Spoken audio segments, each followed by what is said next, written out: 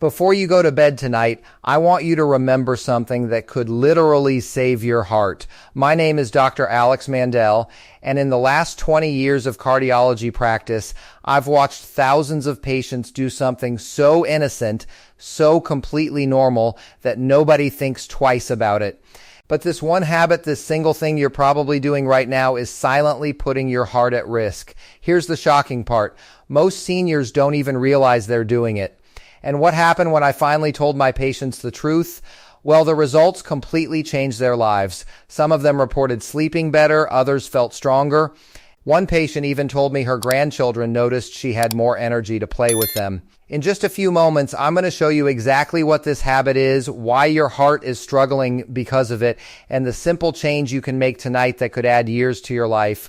But first, if you're watching this because you care about your health or someone you love's health, please hit that subscribe button and turn on notifications. We're sharing life-changing medical information every single week, and you don't want to miss it.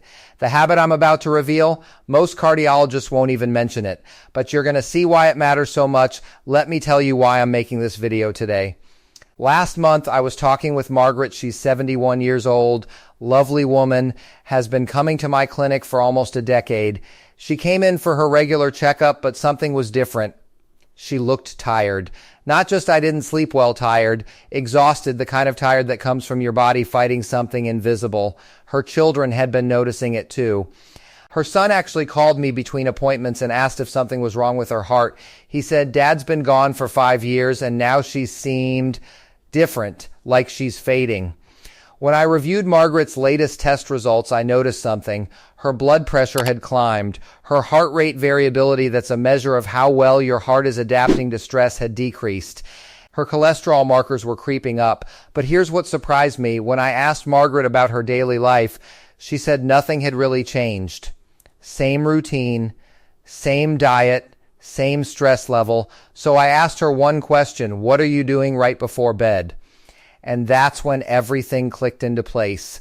What I discovered is that this one innocent nighttime habit was directly connected to the changes I was seeing in her heart health. And when I explained it to her and she finally changed this habit, within 3 weeks we were seeing improvements. This isn't theory, folks. This isn't something I read in a journal and decided to share. This is based on real patient outcomes, real clinical research, and 20 years of watching what actually works. And I'm betting that right now you're doing this exact same habit, which means your heart might be struggling too and you have no idea why. But before I reveal what this habit is, you need to understand why it matters so much to your heart specifically. Your heart is the hardest working muscle in your entire body. Think about it, it beats roughly 100,000 times per day. That's 100,000 chances for something to go wrong. And that's exactly why sleep is so critical for your heart health. Here's what most people don't realize. When you sleep, your body enters what I call repair mode. Your heart rate slows down, your blood pressure drops, your nervous system finally gets to relax. This isn't luxury, this is survival. One of my patients, Robert, he was 68 years old, retired engineer, the kind of guy who liked to stay busy, who felt guilty sleeping past 6 a.m. He told me once, Doc, sleep is for people who aren't trying hard enough. He wore that like a badge of honor. Then one morning he felt dizzy. Not terrible, but enough that he sat down at his kitchen table. His wife called me. We ran some tests. His heart showed signs of stress, increased inflammation, higher cortisol levels, and what we call autonomic dysregulation. Basically, his nervous system was in constant fight or flight mode. I asked him, how much are you sleeping? He said 4, maybe 5 hours, sometimes just 3. I said, Robert, your heart isn't just tired, it's terrified. It's never getting the rest it needs to rebuild itself. When you sleep, several things happen to protect your heart. 1, your blood pressure naturally decreases. This gives your blood vessels a break from constant pressure. 2, your stress hormones drop significantly. Less adrenaline, less cortisol racing through your system. 3, your heart rate variability improves. That's the variation between your heartbeats, and it's actually a sign of a healthy, flexible heart. 4, your body produces anti-inflammatory proteins. Your heart is an inflammatory organ when it's under stress, and sleep is when you heal that inflammation. Now, here's where it gets interesting. We all know sleep is important, but the problem isn't just about how much sleep you're getting. It's what you're doing before sleep that's sabotaging the sleep you do get. And that's where this invisible habit comes in. By the way, if you're already thinking about your own sleep habits, that's perfect. Keep that thought, because in about 60 seconds, I'm going to name the exact thing that's probably destroying your heart health right now. Don't forget to like this video and share it with someone you care about, especially if they're having trouble sleeping or energy issues. This information is literally changing lives. All right, I've made you wait long enough. Let me tell you exactly what this habit is. The habit is using your phone, tablet, or laptop for 30 to 60 minutes right before you go to bed. And I can practically see some of you nodding right now thinking, well, yeah, that's just what people do now. What's the big deal? The big deal is this, that blue light coming from your screen is actively disrupting the biological processes that protect your heart. Here's how it works, and I promise I'll keep this simple.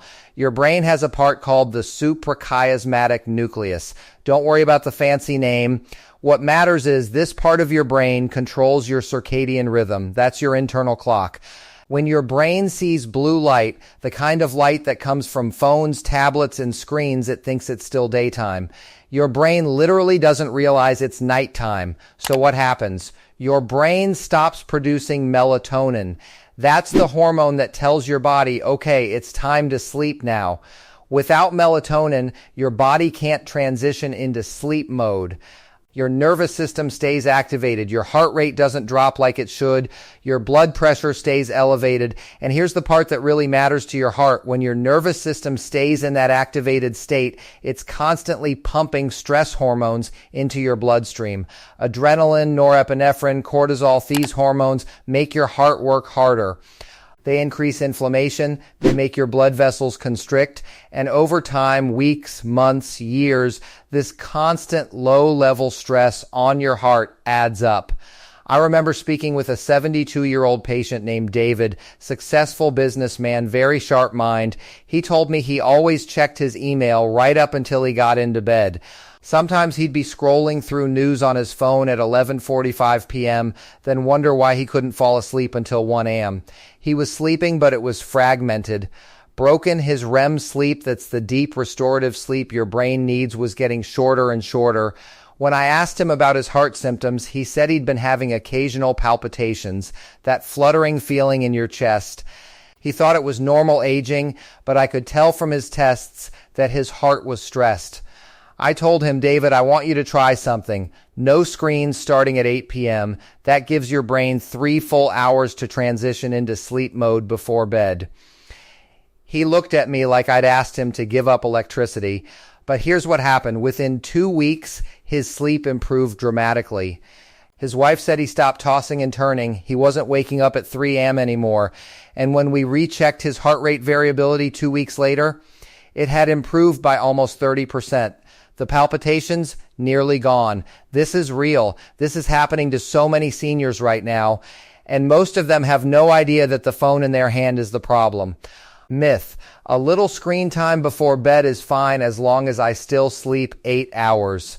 Fact, it's not about total sleep time. It's about sleep quality. If your brain never fully transitions into parasympathetic mode, that's rest mode, your heart never gets the recovery it needs. You could sleep 10 hours and still wake up with your heart struggling. The blue light from screens suppresses melatonin production by up to 85%. That's not an opinion. That's documented in peer-reviewed research. Your heart is suffering because your brain thinks it's still afternoon when you're lying in bed at night. But wait, there's something even more insidious happening. Because this habit is also affecting something else that's absolutely critical to your heart health, and most doctors never tell their patients about this connection. Please subscribe right now if you haven't already. And if you're discovering that you've been doing this habit, share this video with your family. This is the kind of information that could literally change someone's life. Here's what I haven't told you yet, and this is the part that really concerns me as a cardiologist. When you use screens before bed, you're not just delaying sleep. You're fragmenting it. You're breaking it into pieces. Think of your sleep like a wall. Each brick represents a cycle of deep restorative sleep. Now imagine someone keeps pulling bricks out. You still have a wall, but it's not protecting you anymore.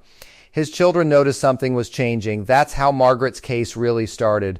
Her son said, "Dad, Mom wakes up like 5 times a night now, and she's so grumpy in the morning." What was actually happening? Margaret would spend an hour on her iPad before bed, checking Facebook, looking at photos of her grandchildren. It seemed innocent. She loved staying connected to her family, but because of the blue light, her sleep architecture was destroyed.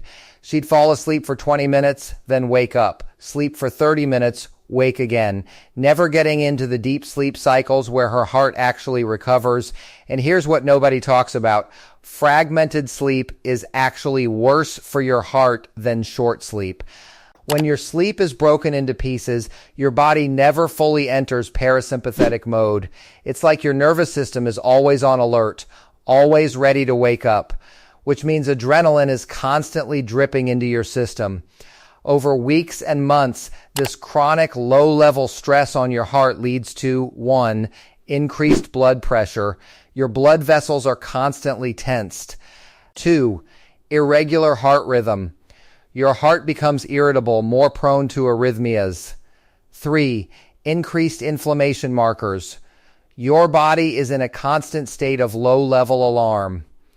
4. Weakened heart rate variability. Your heart loses its flexibility. This is why I see seniors coming into my clinic with high blood pressure who say, "But I'm on medication." Yes, but the medication is fighting against the stress hormones being released by poor sleep quality. The medication is trying to lower your blood pressure while your nervous system is constantly trying to raise it because you never get true deep sleep. Here's something that surprised even me early in my career. People who get 6 hours of fragmented. Interrupted sleep often have worse heart health markers than people who get 5 hours of solid continuous sleep. It's not the quantity, it's the quality. One of my patients, Eleanor, she's 78, widow, lives alone, very active with her church community. She told me something that broke my heart. She said, "Doctor, I don't have the energy to volunteer anymore. I come home from the grocery store and I need to nap for 2 hours. I feel like I'm becoming a burden to my children." When I asked about her sleep, she admitted she was on her laptop until 10:30 p.m. almost every night. Video calls with her kids, email, little things. I said, "Eleanor, the reason you're so exhausted isn't that you're getting older. It's that your heart isn't recovering at night." When she stopped using screens before bed, she told me 2 weeks later that her whole life changed. Not because she was sleeping more, because she was finally sleeping better, deep, restorative sleep. And that gave her the energy to do the things that made her feel alive, to volunteer, to be present with her grandchildren, to feel useful.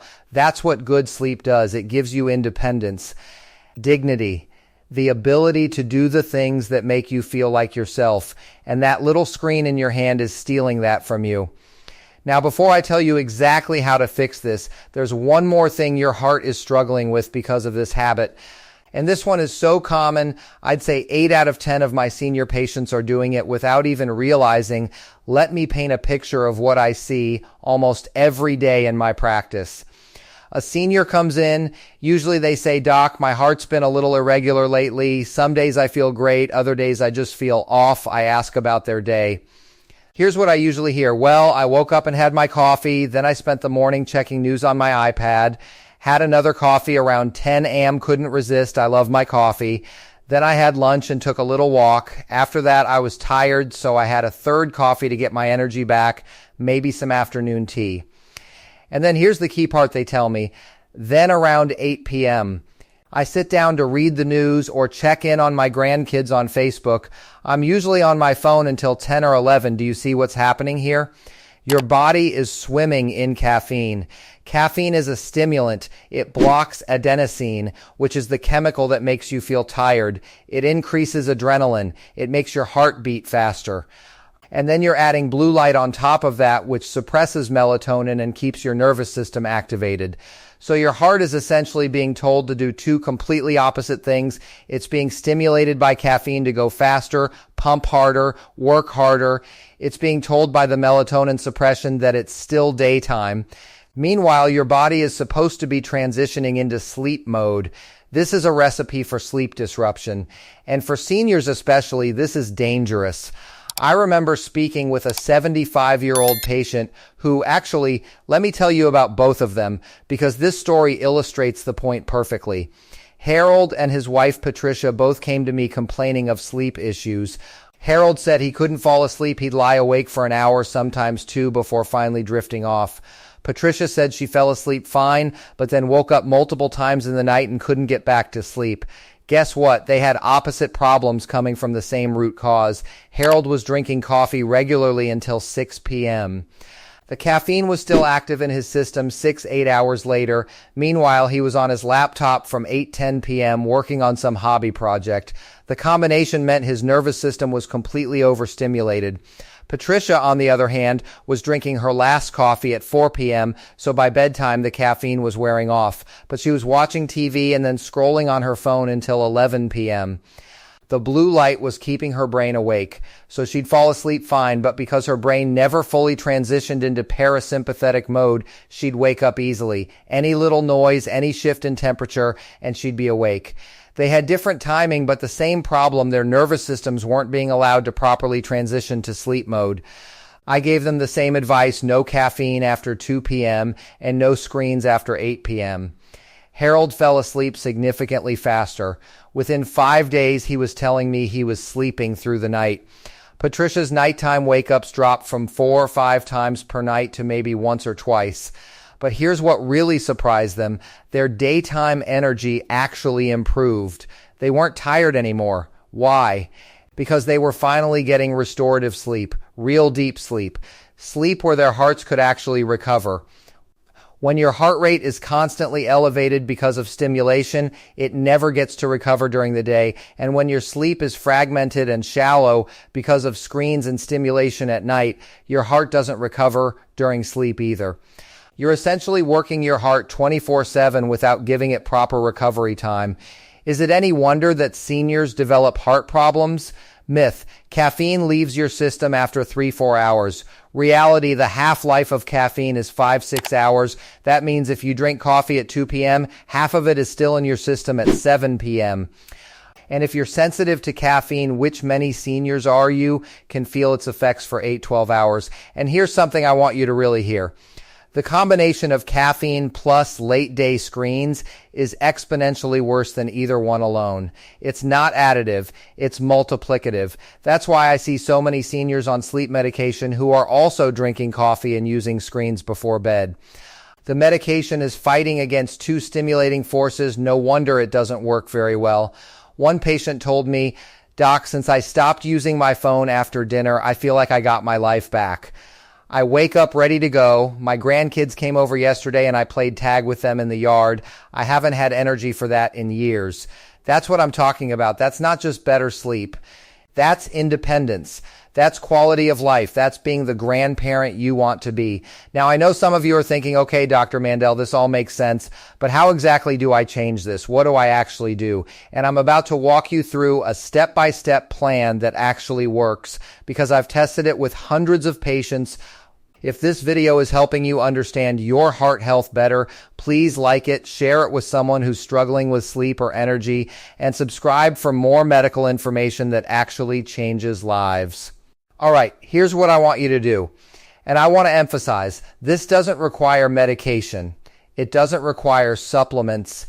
It doesn't require anything expensive or complicated. You're just going to make 3 simple changes to your evening routine. Starting tonight, I want you to stop using all screens, phones, tablets, laptops, even TV at 8 p.m. Now, I can hear some of you saying, "Doc, I can't do that. My family calls me. I check in on my kids. I watch my shows." Here's what I want you to understand. You have 16 waking hours. You need 2-3 hours before bed to properly transition to sleep. That leaves you 13-14 hours to use screens. That's plenty of time. And yes, if your family calls you at 9 p.m., you can answer, take a phone call. But put the phone down afterward. Don't sit with it. What if you like to read the news? Read it in the morning or afternoon. What if you want to check on your grandkids' social media? Check it at lunchtime. What if your show comes on at 9 p.m.? Record it and watch it in the afternoon. I'm not asking you to give up these things. I'm asking you to move them to earlier in the day. One of my patients, Thomas, he said he loved watching the evening news before bed. That's my routine, he said. I've been doing it for 30 years. I said, Thomas, your routine is making your heart work harder than it needs to. Let's change the routine. Instead, he started watching the news while he ate his lunch. He said it took about a week to adjust, but then it became his new routine. Within 3 weeks, his blood pressure went down by 8 millimeters of mercury. His heart rate variability improved. He told me, I didn't think screen time could make such a big difference. Step 2, caffeine cutoff at 2 p.m., no coffee, tea, or caffeine-containing drinks after 2 p.m. I know. Some of you love your afternoon coffee. Some of you grew up thinking coffee with dinner was normal. But listen, caffeine has a half-life of 5-6 hours. And as we get older, it takes even longer to clear from our system. A 65-year-old processes caffeine much more slowly than a 35-year-old. So that coffee you drink at 3 p.m., it's still in your system at 9 p.m. It's keeping your nervous system activated when it should be calming down. If you absolutely love afternoon coffee, try this decaf after 2 p.m. I know decaf isn't the same, but it gives your brain the ritual of coffee without the stimulation. You're training your brain that afternoon means winding down, not ramping up. What about tea? Black tea, green tea, oolong, they all have caffeine. Switch to herbal tea after 2 p.m. Chamomile, passion flower, peppermint, these are calming and they give you a warm drink to hold and enjoy without the stimulation. I remember speaking with a 68-year-old patient named Sandra who said, Doc, I'm not giving up my afternoon coffee. I look forward to it all day. I didn't ask her to. I said, Sandra, what if we made you a 3 p.m. ritual that's even better? I suggested she switch to decaf at 3 p.m. and while she was drinking it, she could do something relaxing. She chose to sit on her porch and listen to nature sounds or soft music. She said, at first I felt like it wasn't the same without the caffeine kick.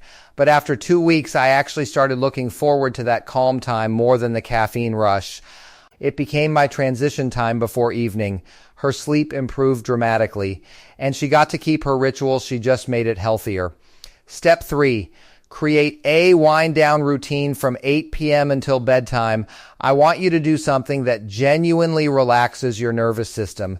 This is key. Scrolling on your phone is not relaxing. Watching TV is not relaxing. Checking work emails is not relaxing. What is relaxing?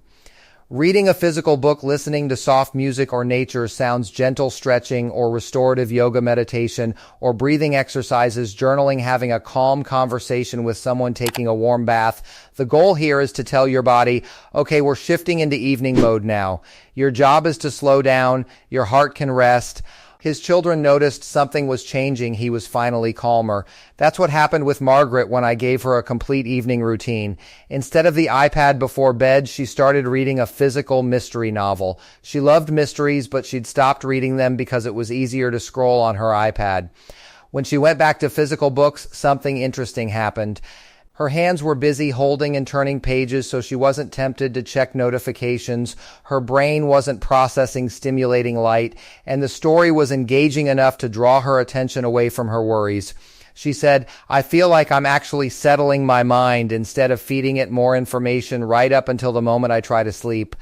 Your brain doesn't transition from go mode to sleep mode instantly. It needs a runway. It needs time to gradually activate your parasympathetic nervous system. That's your rest and digest system. The wind down routine is that runway. What about sleep medication?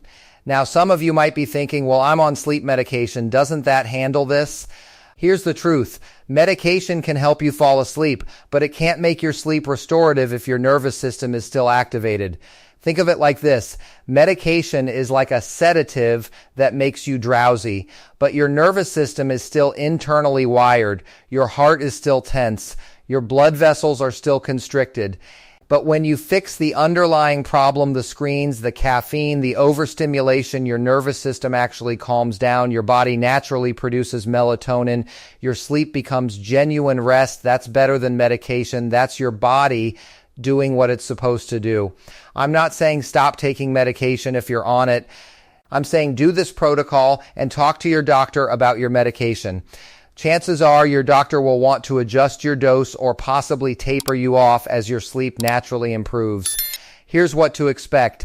Days 1-3, you might feel restless in the evening. Your brain is used to stimulation. That's normal. Push through. Days 4-7, you might sleep a little better, but maybe not dramatically different. That's because your body is still adjusting. Week 2, most people notice significant improvement, better sleep quality, waking up less frequently.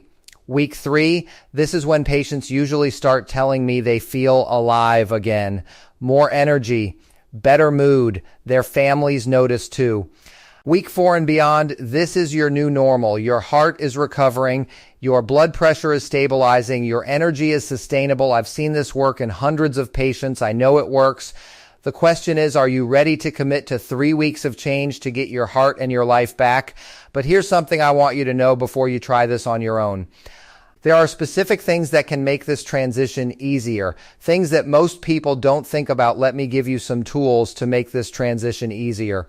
Tool 1, blue light filters. If you absolutely must use screens in the evening, at least use blue light filters. Most devices have them built in now. On iPhones, it's called Night Shift. On Android devices, it's called Night Light. On computers, you can download f.lux for free. These tools make your screen warmer and less blue, so they're less disruptive to melatonin. But here's my caveat. Filters are better than nothing, but they're not as good as just not using screens. The filter reduces the problem, it doesn't eliminate it. And honestly, I'd rather see you read a book for an hour than use a filtered screen. Tool 2, keep your bedroom dark. This is simple, but it matters. If there's light coming into your room from outside, get blackout curtains. Your body needs darkness to produce melatonin. And absolutely no TV or devices in the bedroom. The bedroom is for sleep and intimacy. That's it. One of my patients said, I always had my iPad on my nightstand just in case I checked the weather or time during the night. I said, that just in case is the problem. Your brain knows that device is there and it's tempting you to use it. We moved the tablet out of the bedroom. He had to go to another room if he needed to check the time. Guess what? He stopped waking up and checking the time. Problem solved. Tool 3, keep your bedroom cool. Melatonin production is enhanced by cooler temperatures. Aim for around 65, 68 degrees Fahrenheit. If you're cold at night, use blankets instead of heating the room. Tool 4, establish consistency. Go to bed at the same time every night and wake up at the same time every morning, even on weekends. Your body loves rhythm. When your circadian rhythm is regular, your heart has an easier time regulating itself. Your blood pressure follows a natural pattern. Your heart rate variability improves. Inconsistent sleep schedules confuse your nervous system and stress your heart. Tool 5, light exposure in the morning. Here's something that surprises people. Getting bright light exposure in the morning actually helps your sleep at night. When your brain sees bright light in the morning, it sets your circadian rhythm. It tells your brain, okay, it's daytime now. This makes it easier for your brain to know when nighttime is. So open your curtains in the morning. Sit on your porch. Go for a morning walk. Get natural sunlight. One patient told me, I started taking a 15-minute walk first thing in the morning, just around the block. Within a week, my evening sleep improved. One of my patients, I remember speaking with Eleanor about this. She was skeptical about all these tools. She said, Doc, this is getting complicated. I just want to sleep. I said, Eleanor, I'm not asking you to do all of these at once. Just start with 1 or 2. The most important are no screens after 8 p.m., no caffeine after 2 p.m., and go to bed at the same time every night. She did just those 3 things. No filters, no special equipment, no supplements, just simple behavioral changes, and her sleep transformed. You don't need to be complicated about this. You just need to be consistent. Now, here's something most doctors won't tell you. When you start sleeping better and your heart starts recovering, you might actually feel worse before you feel better. And if you're not prepared for that, you might think you're doing it wrong. I want to prepare you for something that happens with a lot of my patients when they start fixing their sleep. Days 1-3, you might actually feel more tired, not in a good way and a my body is finally recognizing how exhausted I am way.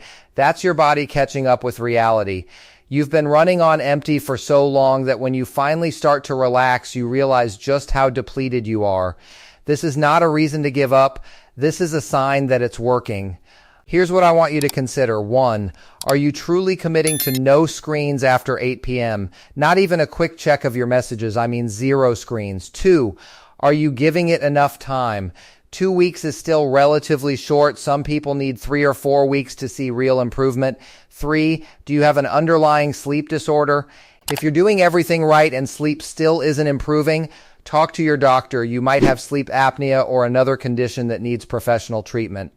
What happened next surprised even me. One of my patients, Robert the engineer I mentioned earlier, who only slept 3-5 hours when he stopped using screens and caffeine in the evening, something unexpected happened. He suddenly started remembering his dreams. He'd wake up and tell his wife, "Honey, I had the strangest dream about our vacation in Costa Rica." His wife said, "That's a good sign. It means you're finally getting deep REM sleep." What she didn't tell him, and I explained to him, is that this was evidence that his nervous system was finally relaxing. When you're constantly stressed and overstimulated, you don't even get to the sleep stages where dreams happen. So suddenly having vivid dreams wasn't a problem. It was proof that the change was working. What if your family thinks you're being extreme? Some of you might have family saying, "What's wrong with checking your phone before bed? You're being excessive." Here's how I frame it. My heart is the hardest working muscle in my body. It beats 100,000 times a day. I'm doing this to take care of it. I can check my phone tomorrow. Most people get it when you explain it that way. What if you slip up, use your phone? Don't beat yourself up. This is a habit change. Habits take time. If you slip up, just get back on track the next day. Don't catastrophize it. But I will tell you, the more consistent you are, the faster you'll see results. Every night counts. This is your heart we're talking about, your independence, your energy, your ability to be present with your grandchildren. That's worth 3-4 weeks of commitment to a new routine. Let me tell you something I tell almost every senior patient I see. When you get older, it becomes very easy to blame aging for everything. I'm tired because I'm 70. My heart's irregular because I'm getting old. I don't have the energy I used to because that's just what happens. But here's what I've learned. A lot of that isn't aging. It's the accumulated effect of small daily habits that are working against your body. Your body is an incredible machine. When you treat it right, it keeps working. When you give it proper sleep recovery, a healthy nervous system, and time to repair itself, your heart can be as healthy at 75 as it was at 55. I know that sounds like an exaggeration. It's not. I see it happen every single year. Margaret, the 71-year-old I told you about at the beginning, when I saw her 3 months after she started this routine, I barely recognized her, not because she looked different physically, but she had energy. She was bright. She was engaged. She told me, "Dr. Mandel, I feel like I got my life back." That's what this is about. Not just lower blood pressure numbers or better test results. It's about getting your life back. It's about being able to play with your grandchildren without needing a nap afterward. It's about having enough energy to pursue your hobbies, volunteer, travel, whatever makes you feel alive. It's about independence, dignity, quality of life. And you don't need expensive medication or surgery to get that back. You just need to make one simple change. Stop using screens and caffeine before bed. That's it. 3 weeks. That's how long it will take for you to feel significantly better. So here's what I want you to do today. 1, subscribe to this channel. We're sharing medical information every week that actually changes lives. 2, share this video with someone you love, someone who's struggling with sleep, energy, or heart health. 3, tonight, put your phone down at 8 p.m. Make that commitment. 4, tell me in the comments what's been the biggest struggle with your sleep. I read the comments and I might answer your specific question. Your heart has been working hard for every single year of your life. It deserves proper recovery, and you deserve to feel alive and energetic at any age. This is Dr. Alex Mandel. Thank you for watching. Take care of yourself.